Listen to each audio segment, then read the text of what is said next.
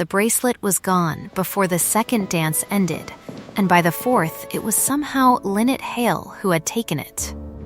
She heard the word pass behind 3 separate fans before anyone troubled to say it to her face, and when at last Josiah Vane came to her with his voice pitched low and kind for the benefit of everyone near enough to hear it, she was already smiling. She did not yet know that the Duke of Rivenhall would remember her hands before he remembered her face that night, or that of every smile she gave across that long glittering evening, it would be the one nobody was meant to see come apart that he carried home with him.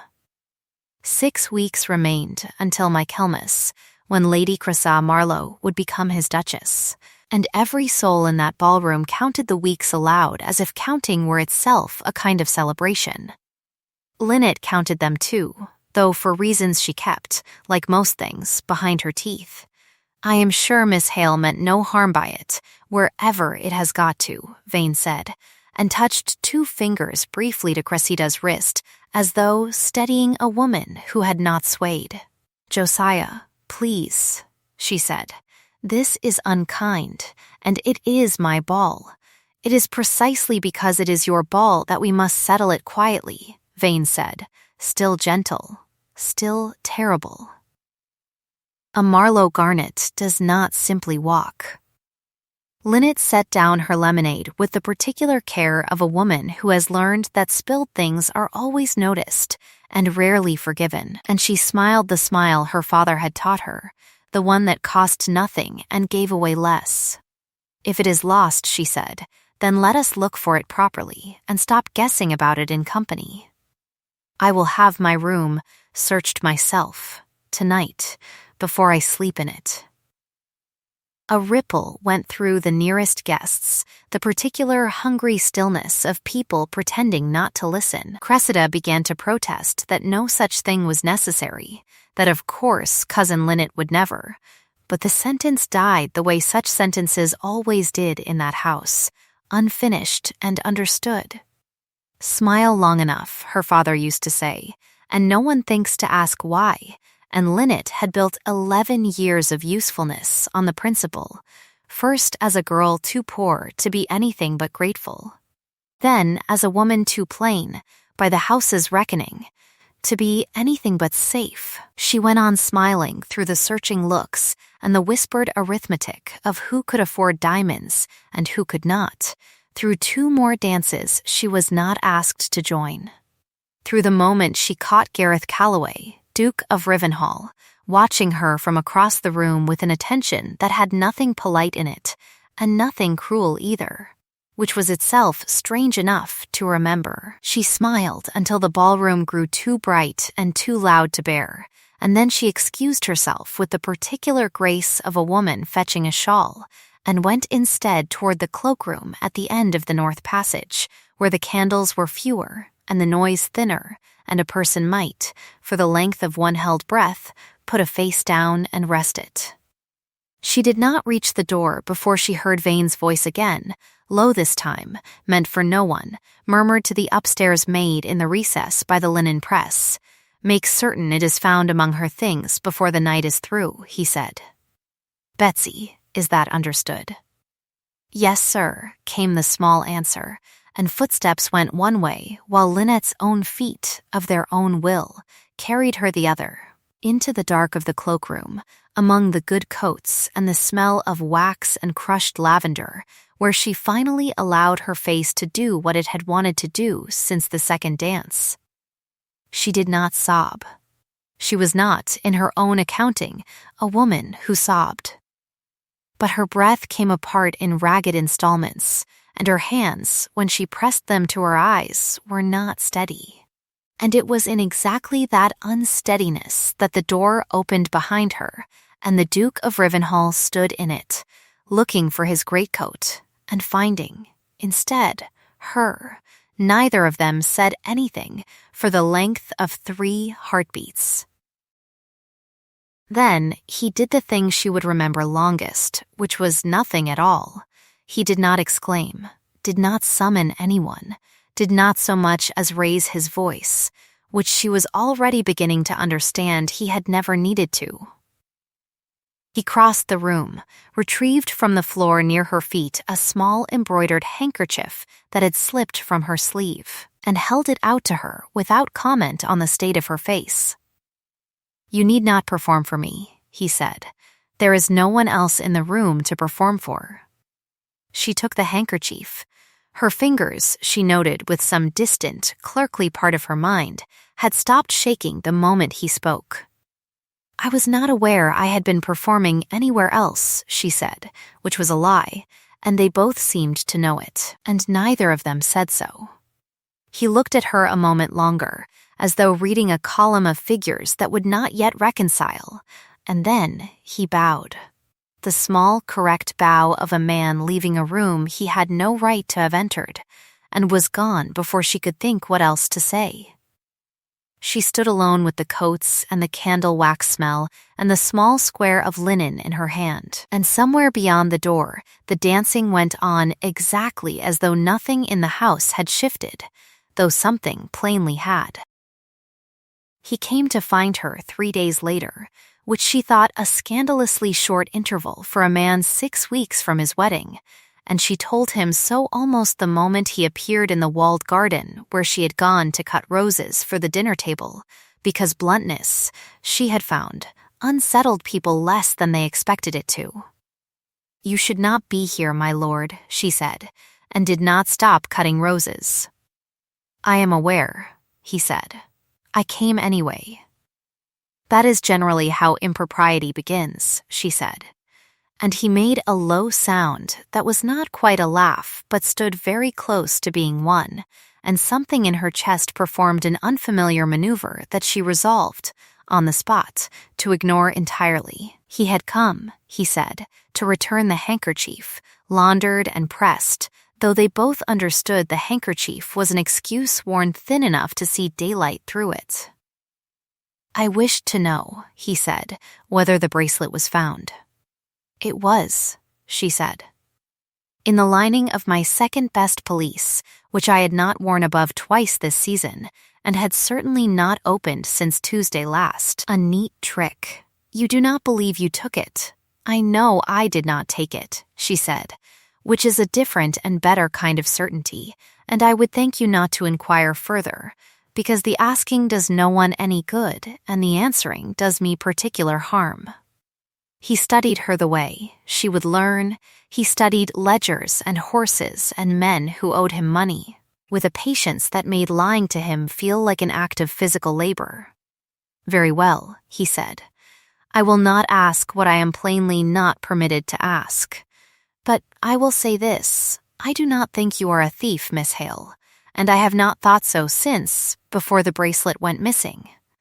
"That is a curious thing to have decided in advance," she said. "It is not a decision," he said. "It is an observation. You watch every room you enter, as though counting its exits, and you have not once, in 3 encounters, told me a comfortable lie merely because it was expected of you. Thieves rely on comfortable lies. You rely on inconvenient truths, sparingly given." It unsettled her more than the accusation had, to be seen so precisely by a man she had every reason to keep at arm's length, and she busied her hands with the roses to have somewhere for her attention to go. Mrs. Pruitt, the housekeeper, found them there some minutes later, arms folded, offering no apology whatsoever for the interruption. "Your Grace," she said, "her ladyship is asking for you in the blue parlor, and Miss Hale is asking, though she has not said it aloud, to be left in peace with her roses. Which I would advise your Grace to grant her, being as I have known her longer and she throws things with excellent aim when provoked." He laughed then, properly, the sound startled out of him, and Lynette filed the fact away with the same care she gave to a discrepancy in a ledger column, first laugh, third meeting, witnessed by Mrs. Pruitt, who would later swear she had heard the Duke of Rivenhall laugh exactly twice in 4 years of dining at Marlowe House, and both times in this garden. When he had gone, correct and unhurried as always, Mrs. Pruitt looked at Lynette with the particular flat patience of a woman who had raised 6 younger siblings on a cook's wages and could not now be surprised by anything. "He is promised to your cousin girl," she said. "I know it," Lynette said. "He is a fool to come here twice in a week, all the same," said Mrs. Pruitt, not unkindly, and Lynette, cutting the last rose rather harder than the stem required, allowed that this, too, was probably true. Her own history in that house was a compressed and well-worn thing by then, told to no one because no one had ever troubled to ask it properly. Her father, Thomas Hale, had kept the Marlowe accounts for 11 years, an honest man with an honest man's plain hands, until the year she turned 13, when the books were found short and he was found holding them. And the shame of it had taken him within 2 winters, quietly, the way shame takes careful men who have nowhere left to put it. She had been raised on his sums and his one unbending doctrine, given to her the last autumn of his life like an inheritance more durable than any he could otherwise leave her. The only way through a lie is straight through the middle of it, in the light, before witnesses. She had not managed it for him in time. She had spent every year since determined, in some wordless corner of herself, to manage it for someone, someday, and had not yet admitted to herself how close that someday now stood. Vane found her alone in the estate office 2 evenings later, bent over the household ledger by lamplight, correcting a column of figures no one had asked her to correct, and he stood in the doorway long enough that she felt his stillness before she heard it. "You keep late hours over another man's books," he said, pleasantly, the way he said everything that was meant to cut.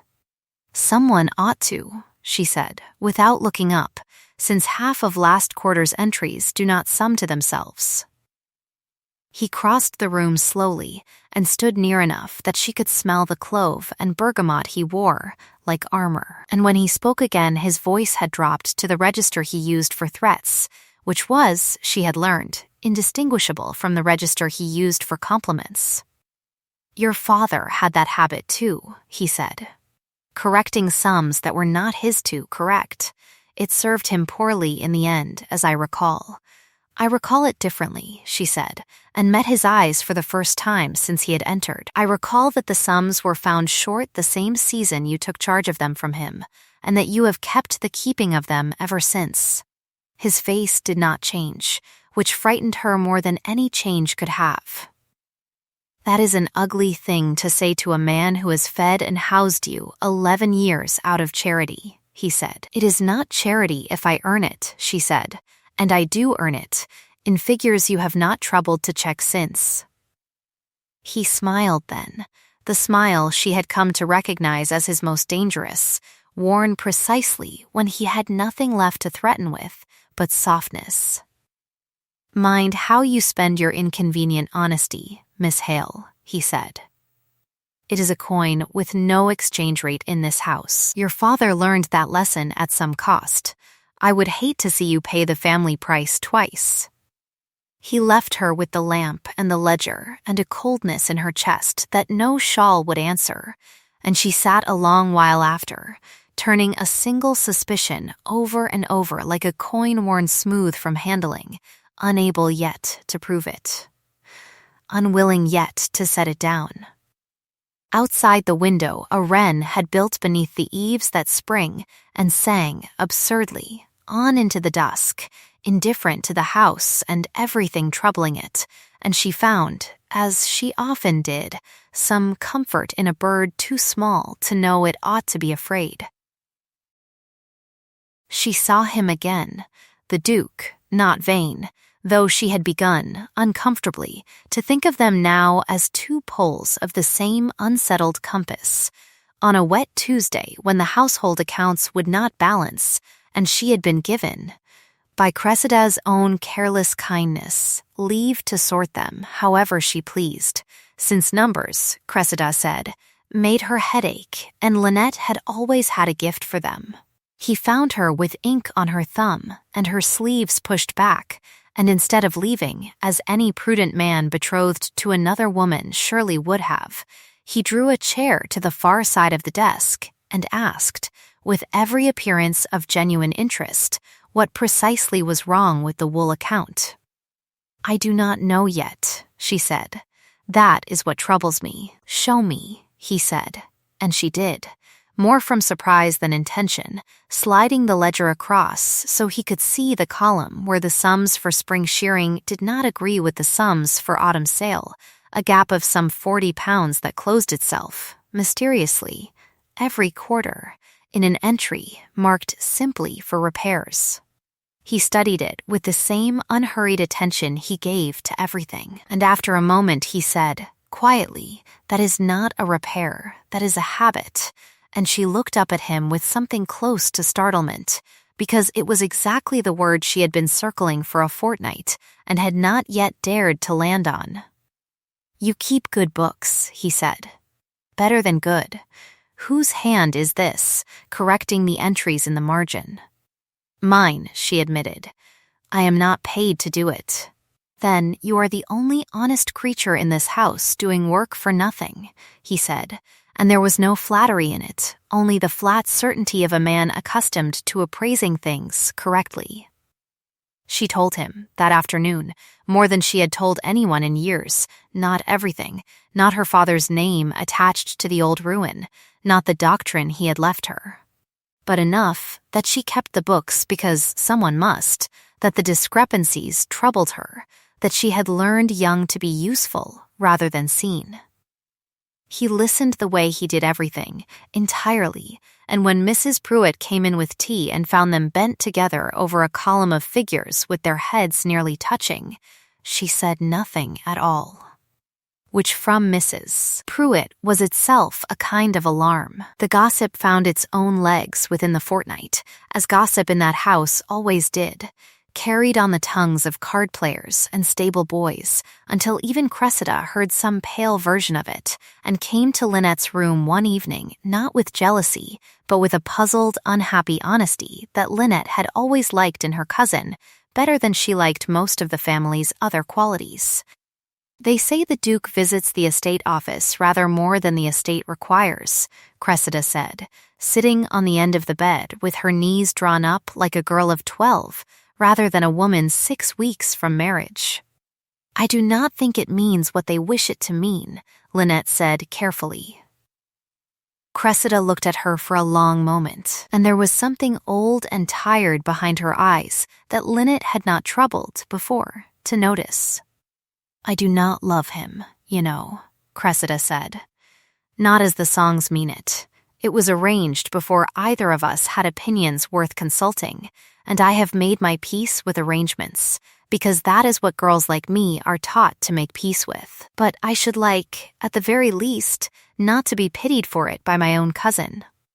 "I do not pity you," Lynette said, which was true, though she found she could not in that moment meet Cressida's eyes, and Cressida, watching her fail too, said nothing further, only rose and smoothed her skirts, and left with the particular quiet of a woman filing something away to be taken out and examined later, alone. The blow, when it came, arrived dressed as concern. Vane requested an audience with the Duke on a morning Lynette was not meant to know about, and did not until Mrs. Pruitt's niece, who dusted the estate office, reported that His Grace had gone very still and very quiet partway through it, in the way of a man absorbing a wound he intended to examine later, rather than wince at in company. What Vane told him, delivered in the gentlest voice in the house, was true in the way the cruelest lies always are, that Thomas Hale had been dismissed for embezzlement 11 years past, that his daughter had grown up under that shadow and grown, perhaps, resourceful in ways a prudent man ought to weigh carefully before trusting her with his own future wife's accounts, that it was, after all, remarkable how neatly Miss Hale's corrections always seemed to follow the very columns where money went astray, as though she knew precisely where to look because she had learned the trick of looking from somewhere. He did not say she was a thief. He was too careful a craftsman for so blunt an accusation. He only laid the facts beside one another and let the shape they made speak for itself. And the shape they made, to a man freshly stung by an inconvenient tenderness he had not asked for, was damning enough. The Duke did not come to the estate office that week, nor the next, and Lynette, who had learned long ago not to ask why a door had closed, told herself she had expected nothing else, and found, to her own quiet fury, that she had. It was Mrs. Pruitt who finally said what needed saying, over the kitchen fire on a night when Lynette had sat too long without speaking. "He has heard about your father," Mrs. Pruitt said. "It is written all over the house like chalk on a slate, and you have said nothing to correct it." "What would I correct?" Lynette said. "That my father was dismissed." "That is true, that I have spent every year since proving I am nothing like the man they said he was. That is also true, and apparently worth less than a whisper from Josiah Vane." Mrs. Pruitt studied her with the flat, unimpressed patience of a woman who had buried a husband and raised 6 siblings and did not frighten easily.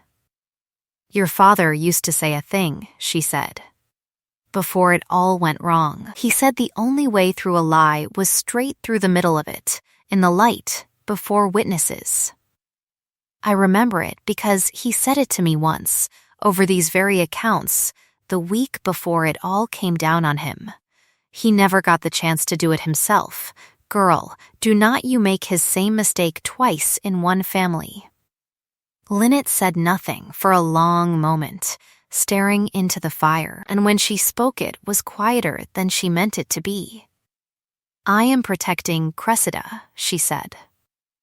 "If I pull that thread now, with no proof, I unravel the wedding, the estate, her whole future, and Vane still walks away clean because I have nothing yet that would hang him instead of me."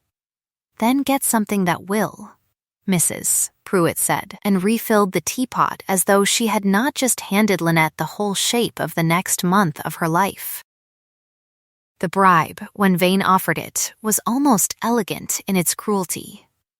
He came to her not with threats this time, but with an envelope, thick with notes, and a manner gentler than she had ever seen him wear. £50, he said, and a character reference to any house in the county. If you were to decide that Marlowe House no longer suited you, that perhaps a fresh situation, far from old talk and old grief, would serve you better before the wedding, when things must be settled and calm. It was, she understood at once, not generosity but arithmetic. The cost of her silence weighed cheaper than the cost of her staying to finish what she had started.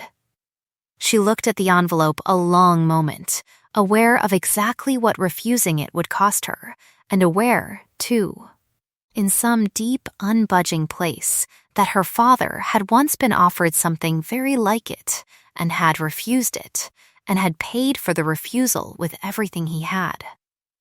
"I will not take your money, Mistress Vane," she said, and her voice did not shake, though her hands, folded before her, were white at the knuckles with the effort of it. "Then I do not know what more I can do for you," he said, and there was no more gentleness in it now, only the cold beneath the cloves. "Nor I for you," she said, and watched him leave, and understood, with the particular clarity of a woman who has just closed a door she cannot reopen, that the house was no longer safe for her, and had perhaps not been safe for a very long time. The dismissal came within the week, dressed as tidiness rather than accusation, a discrepancy discovered in the very wool account she had first flagged, now reworked in a hand disturbingly like her own, the forgery so careful it might have fooled a stranger, though it did not fool her, because she knew her own hand the way she knew her own face, and this was not it, not quite. The loops a fraction too wide, the 7s uncrossed where hers were always crossed. It did not matter. Cressida's mother, summoned to adjudicate, looked at the page and looked at Lynette with an unhappiness that was at least honest, and said that under the circumstances, and so near the wedding, it would be best for everyone if Miss Hale found another situation, quietly, without fuss, and Lynette, who had nowhere else in the world to go and said so to no one, packed the single trunk she owned and left Marlowe House on foot in a fine gray rain, carrying with her only her father's old ledger, the private one he had kept apart from the household books in the last year of his life, its pages full of his cramped, careful hand and a set of figures she had never fully understood, but had never been able to bring herself to burn. She did not weep this time. She had done her weeping already, alone, in a cloakroom, before a man who was no longer permitted to matter to her. She walked as far as the crossroads inn before her legs simply would not carry her further, and there, wet through and friendless, she was found the following morning by a rider who had come, Mrs. Pruitt would later swear, on no errand she had sent him on, and no summons anyone in that house had issued. Gareth Calloway had not slept in 3 nights, a fact he would not have admitted to anyone, least of all himself, until Mrs. Pruitt appeared at Rivenhall's own gates at an hour no respectable housekeeper had any business traveling, with mud on her hem and fury in her voice, and told him precisely what kind of fool he was being. "You believed a steward's whisper over a woman who has never once lied to your face," she said, standing in his own hall as though it belonged to her, which, in that moment, it rather did. "Her father was ruined," he said, "and I have spent a week wondering whether I was fool enough to trust his daughter with figures that touch my own future household." "Then you have wondered wrong," Mrs. Pruitt said, "and here is why." She had brought with her what she had kept hidden in her own trunk for 11 years, out of loyalty to a man who had once been kind to her, when kindness cost him something. A letter from Thomas Hale, written the week before his death, addressed to no one in particular. The sort of letter a desperate man writes because he cannot bear to die, without the truth existing somewhere on paper, even if it convinces no one. It named Josiah Vane. It described, in the same cramped, careful hand Lynette had inherited, a scheme of falsified repair entries that Vane had run for 2 years before Thomas caught the pattern, and how Thomas had been made to carry the blame rather than be believed, a steward's word weighing more than a steward's word once did, when the steward doing the accusing was the one who had done the stealing. Gareth read it twice by candlelight, and when he looked up his face had gone the particular gray stillness of a man recognizing, all at once, the full architecture of his own error. "Where is she now?" he said. "Gone," said Mrs. Pruitt, "turned out on your account, or near enough, and walking the Michaelmas Road in the rain because she is too proud to send for help, and too honest to lie her way back in." He was already calling for his horse before she finished the sentence. He found her at the Crossroads Inn, seated near the fire with her father's ledger open on her knees and her hair still damp, and when she looked up and saw him standing in the doorway, travel-stained and hatless, something in her face closed like a shutter before a storm. "You need not have come," she said. "I did not send for you." "I know," he said.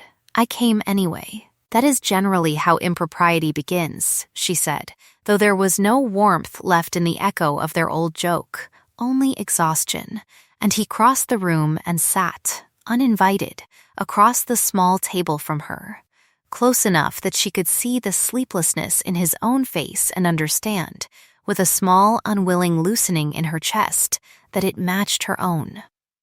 "I was wrong," he said without preamble, because he had never been a man who wasted words apologizing sideways.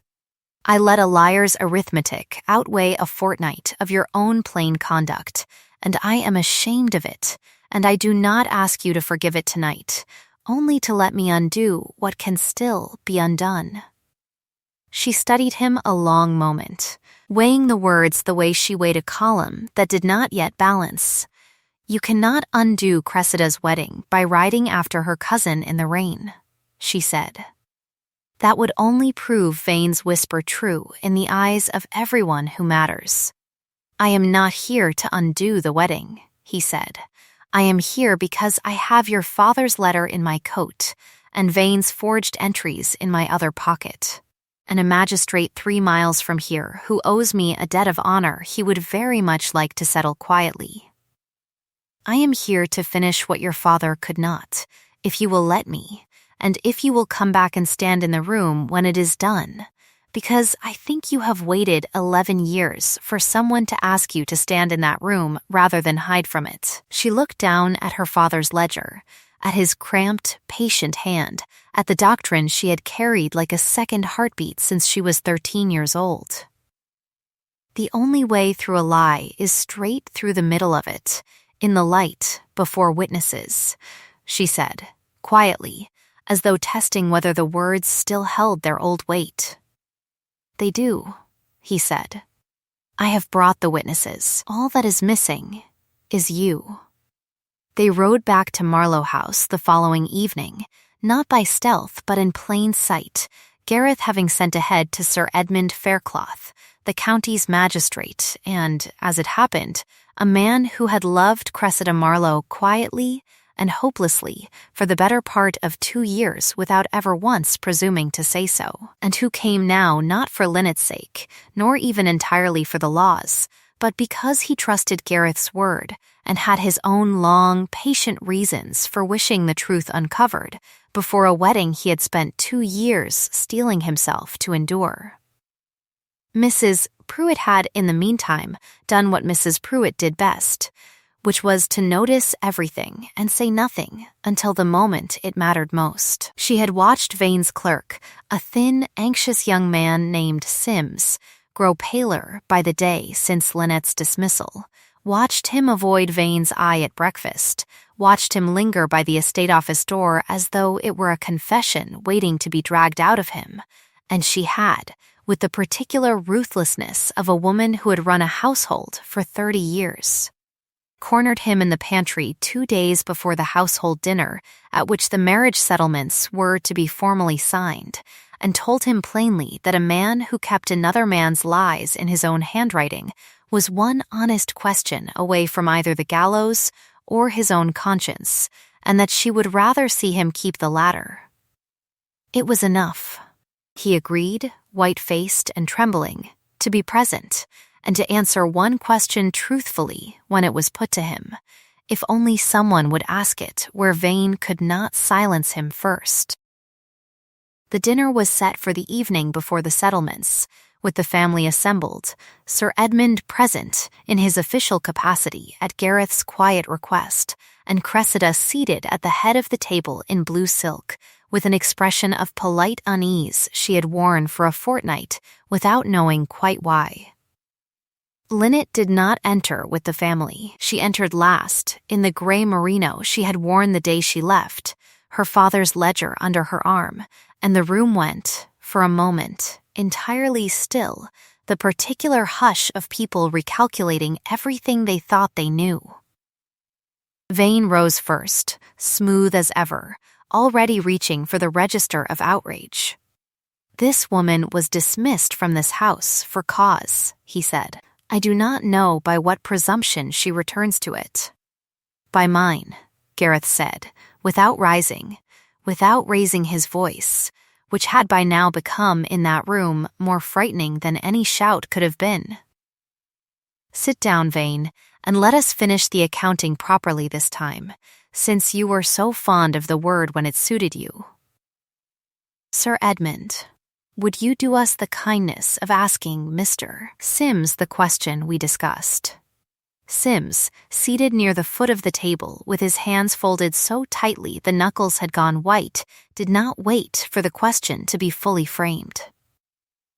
"Mr. Sims," Sir Edmund said, "in whose hand was the wool account entry dated the 14th of March, marked for repairs, in the ledger presently in evidence before this table?" There was a silence long enough that a clock somewhere in the house was heard to strike the half-hour, and then Sims said, in a voice that shook but did not stop. "Mr. Vane's, sir." He dictated it to me and had me copy it, because his own hand had grown too well known to the household by then, and he told me to make it in a manner that would resemble Miss Hale's if it were ever questioned, because hers was the hand people would suspect first. The words fell into the room like stones into still water, and Vane, to his credit, or perhaps only his vanity, did not immediately crumble. He attempted, for a moment, the old gentle voice, the one that had frightened Lynette more than any shout, insisting Sims was confused, frightened, easily led. But Lynette had already opened her father's ledger to the marked page and set it beside the household account Gareth had carried from the estate office, the two hands, old and new, laid side by side under the candlelight for every person at that table to see. The same pattern of false repair entries, the same quiet bleeding of £40 a quarter, run once 11 years ago against an innocent man's name, and run again now against hers. "This is not a resemblance," she said, her voice steady, though her hands, folded before her, were not. "This is a method. My father found it once and was ruined for finding it. I found it twice and was dismissed for finding it. The only difference between his voice and mine, Mr. Vane, is that this time there were witnesses in the room before you could silence them." Vane's composure, which had held through worse rooms than this one, finally broke, not into rage but into something smaller and sadder, a confession delivered not to the table but almost to himself about a debt incurred young, before any of them had known him, about watching Thomas Hale rise in the old Duke's favor while his own labor went unnoticed year after year, about telling himself, the first time he altered a figure, that it was only a loan against a fairness the world owed him and had never paid. It did not excuse him. No one in that room mistook it for excuse. But Cressida, watching the man who had managed her family's fortune and her own marriage for 2 years, saw for the first time not a steward, but a frightened, hollowed creature who had spent his whole life keeping a ledger of grievances he had never once let anyone audit, and something in her face, when she finally spoke, held more pity than fury.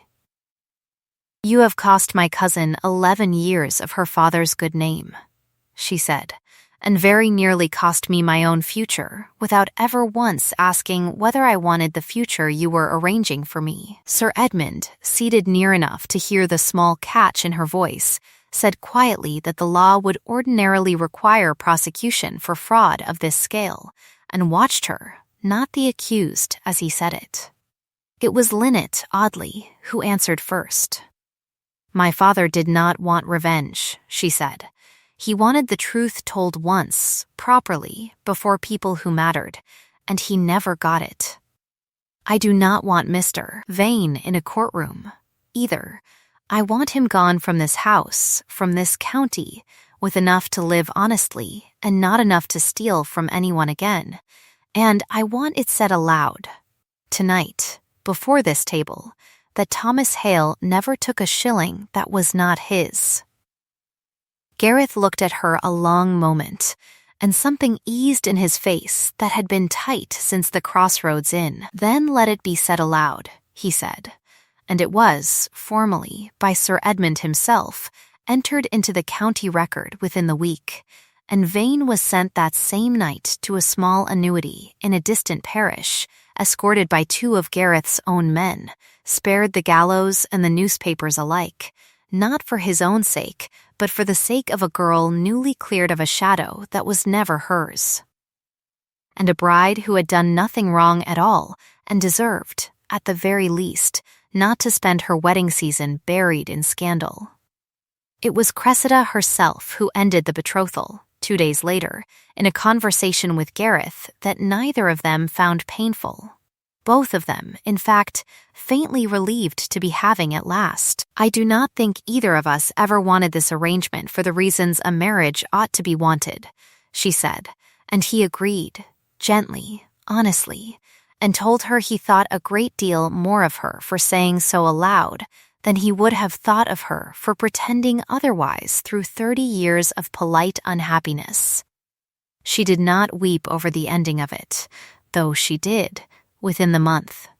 Weep rather thoroughly at her own actual wedding, to a magistrate who had loved her patiently for 2 years without once presuming to hurry her, and who, watching her walk toward him in autumn light, looked like a man who had finally been permitted to stop holding his breath. Gareth found Lynette where he somehow always found her, bent over a column of figures, this time in the small estate office at Rivenhall itself, which he had, without quite admitting to himself why, begun having repaired and repainted through the whole of that autumn. "You need not perform for me," he said, standing in the doorway exactly as he had stood in a cloakroom months before. And she looked up, and this time there was nothing to hide, no shutter to close, and she let him see the whole of what crossed her face, which was something closer to joy than she had allowed herself in a very long while. "I am not performing," she said. "I am balancing your household accounts, which are in a dreadful state, my lord, and will cost you dearly in patience before I am through." "Then take your time," he said, crossing the room, and stopped a careful distance from her, closer than propriety strictly allowed, and further than either of them wished. "I did not come to rescue you," he said. "I want that understood plainly, because I think you would refuse me on the spot if you believed otherwise. Your father's name is cleared. Your position, wherever you choose it, is secure, with or without me. Because Sir Edmund has already offered you a place keeping his own accounts should you want it, and I have told him he will have to fight me for the privilege. I am not offering you safety. I have nothing left to offer you that you require. I am only asking, freely, with nothing riding on your answer, but my own happiness. Whether you would consider marrying me because you wish it, and for no other reason on earth, because it is the only reason I intend to accept." She set down her pen very carefully, the way she set down anything she meant to keep. "That is a very poor proposal, my lord," she said. "It offers me nothing at all. It offers you everything," he said, quietly. "It offers you a man who will never again mistake a whisper for the truth when your own plain conduct is standing in front of him." She looked at him a long moment, and then, because she had spent her whole life smiling to keep people from asking why, and had found, at last, someone she no longer needed to smile for, she laughed instead, low and real and entirely her own, and said that she supposed, under those particular terms, she might consider it, and he crossed the last careful distance between them, and did not ask again. They were married quietly in November in the small stone chapel at Rivenhall, with Mrs. Pruitt weeping without shame in the second pew, and Sir Edmund and Cressida standing as witnesses, and Sims kept on at Rivenhall under new and honest oversight, weeping rather less elegantly near the door. There was no ball. Lynette had asked specifically that there be no ball, and Gareth had laughed, properly, the second time in one autumn that Mrs. Pruitt would later claim to have counted, and told her that a woman who had spent one entire evening smiling through her own private ruin had more than earned a wedding with no dancing in it at all. The ledger of that year settled itself out the way ledgers eventually do, in small honest lines. Sims given a modest cottage and a debt of gratitude he spent the rest of his working life repaying in diligence. Vane living out his days in a distant parish on an allowance just sufficient to keep him from want, and nowhere near sufficient to keep him from remembering. Cressida and Edmund settled into a marriage that suited them both far better than the one arranged for her had ever promised to, and Thomas Hale's name restored, quietly, permanently, to the county record, his old ledger given a resting place at last in the Rivenhall library, bound now beside his daughter's, the two hands, old and new, no longer a pattern of ruin, but simply Finally, a family's accounts, balanced.